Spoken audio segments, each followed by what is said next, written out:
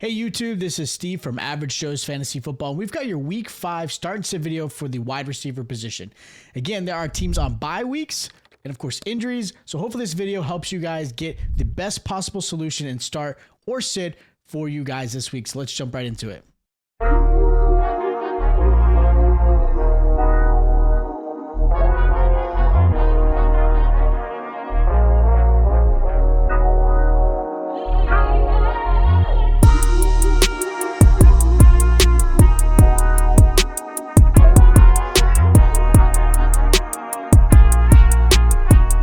All right, so week 5 is here. We want to make sure you guys are prepared and ready for this week.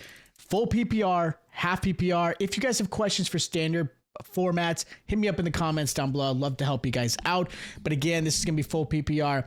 There is a game on Sunday morning early, which is going to be the Jets and Vikings. So make sure you guys are prepared for that and you get your lineups ready. There have been injuries. And of course, several teams are on a bye. Right now, you've got the Chargers, the Titans, the Eagles, and the Lions. So you got some good wide receivers are going to be out. So hopefully this list helps you guys with really kind of an insight of how or who you should put in your lineup. Of course, if you have questions, hit me up in the comments. Now, these are your obvious starts at the wide receiver position. I don't have the biggest list like I have at the beginning of the season. There are some players who are just not absolutely performing, and it's getting smaller and smaller that I feel 100% confident you should put them in your lineup. Now, the first wide receiver I like this week is actually going to be Amari Cooper versus the Commanders. Cooper didn't have a successful week 4, but that was also due to a questionable call that took away Cooper's big touchdown. Had he gotten that touchdown, this would have been a completely different story for week 4. Now, he still saw 8 targets his way, and he will have to be a big piece against the Commanders team that really has been on the ball. They have been scoring every single opportunity they can. This Commanders offense has been great ever since they got in Jaden Daniels. Obviously, I give credit to Cliff Kingsbury as well. I do think that has helped, but man, do the Commanders have kept teams going, and that's going to help, obviously, Amari Cooper because they're going to have to try to keep up. The Commanders are allowing 24 points a game to the wide receiver 1 and have allowed 10 receiving touchdowns this season so far. So as far as opportunities go, or if you're doing like any parlays, like an anytime touchdown, I think Amari Cooper is a fantastic play this week. Make sure you put him in your lineup.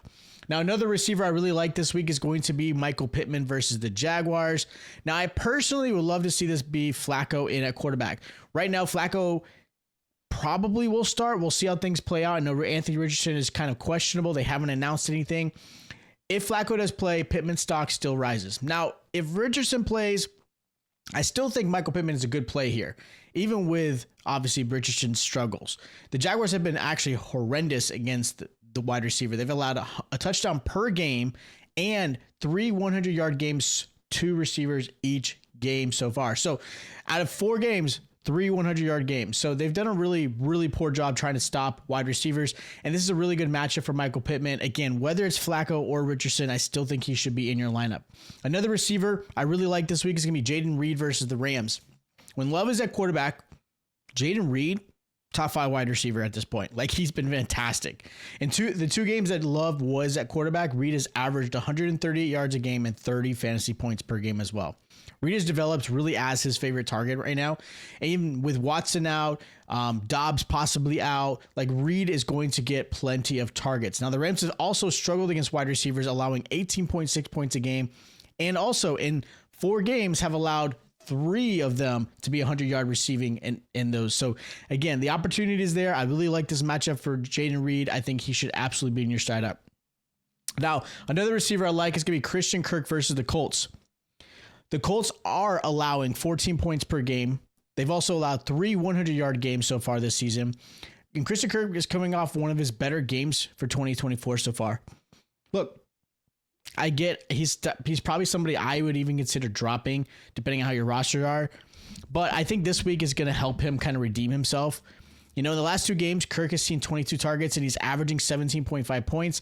Lawrence has started to make sure that Kirk has been involved. And again, I think this is a really good matchup. I think it's been taking some time for him and Lawrence to get back together and kind of getting things figured out.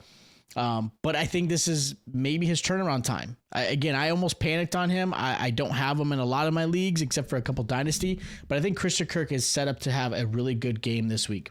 Now, as far as the sits, I've got Jacoby Myers as my first wide receiver I'm sitting this week, going against the Broncos, who are really tough. Now, with Devontae Adams out, Jacoby now has to be the player and going to have to be really relied upon.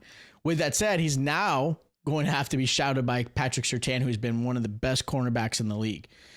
Now, he has seen 19 targets in the last 2 games, and again, not having Devontae Adams has been very helpful. So if you're looking for just potential because of the opportunities given to him, I understand why you put Jacoby Myers in there. But Patrick Surtain, again, really good corner. Broncos are only allowing 5.9 points to the wide receiver 1 that Surtain is covering, and they have not allowed more than 77 receiving yards as well. So matchup is tough. I don't trust Jacoby Myers this week. I think it's going to be more of a Brock Bowers or even Trey Tucker. I think Trey Tucker might be the sleeper there, but I think Jacoby should be sat this week. Another receiver I would consider sitting is going to be Deontay Johnson versus the Bears.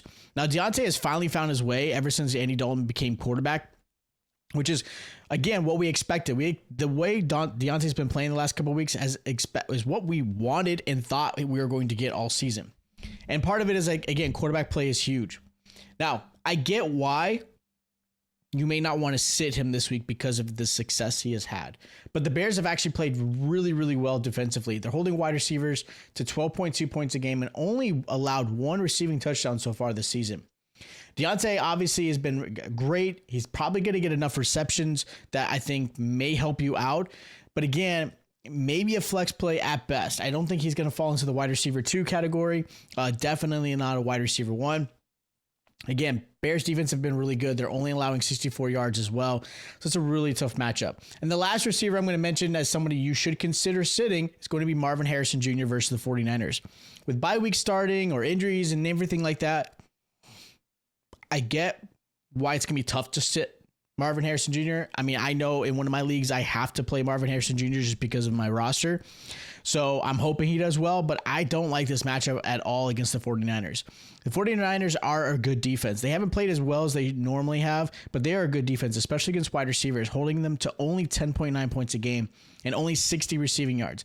Now, the last 2 weeks have only been average talent at the wide receiver. So it's not like the 49ers have been going against top tier talent. So it does kind of skew the stats a little bit when you're looking at the analytics, but I still think overall the 49ers defense is really good, and they have the ability to obviously get after quarterback. And if they can get really after Kyler Murray, get the pressure on him, I think this is going to be a game where, again, Marvin Harrison Jr. just kind of struggles and just doesn't have the game that you're hoping for.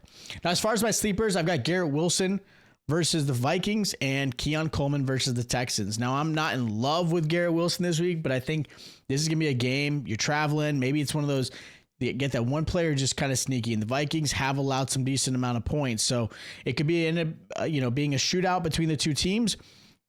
Or it could be one of those games, and I think I'm leaning towards more of those games that this game might be a 10-3 type of game. Like it's going to be a defensive fought type of game. Now, Keon Coleman obviously comes in because Khalil Shakir is going to be out, and the Texans have actually allowed a decent amount of yards. Now, you will have Stingley covering him, which I do think it's going to be a tough matchup for Keon, but I still like him as a nice little sneaky play this week as one of my sleepers. So those are my start, sits, and sleepers for week 5 of the NFL season. Again, if you have questions, hit me up in the comments down below. If you haven't already, make sure you guys are subscribed to the channel, hit that like button, and I'll check you guys out next time.